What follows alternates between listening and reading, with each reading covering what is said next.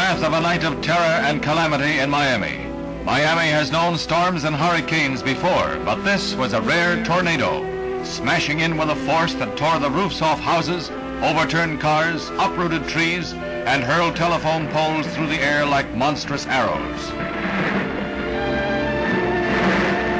Along North Biscayne Boulevard, store windows were blasted. Scores of bayfront homes lay in wreckage. Live wires tangled across the ground in many areas. In the neighborhood of Miami's 79th Street Causeway alone, an estimated $1 million in damage was done to homes and businesses.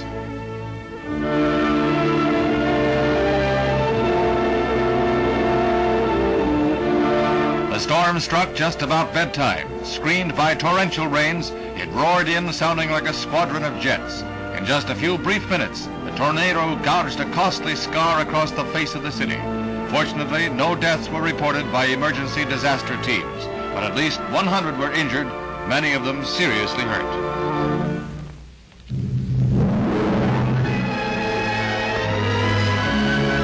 West Berlin and all free Germany marked the 6th anniversary of the 1953 uprising by East German workers against Red Rule.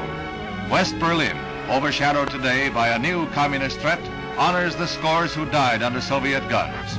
Relatives of the dead and survivors of the uprising are present for wreath-laying ceremonies which were denounced by Red news agencies as impudent provocation and an attempt to disrupt the Geneva Conference. But to divided Germany, it was a moment of solemn remembrance, a gesture of solidarity with 17 million now under communist rule. As Mayor Willy Brandt laid his wreath, the memory was still fresh of the day of desperate and gallant courage when civilians with makeshift arms hurled themselves against cracked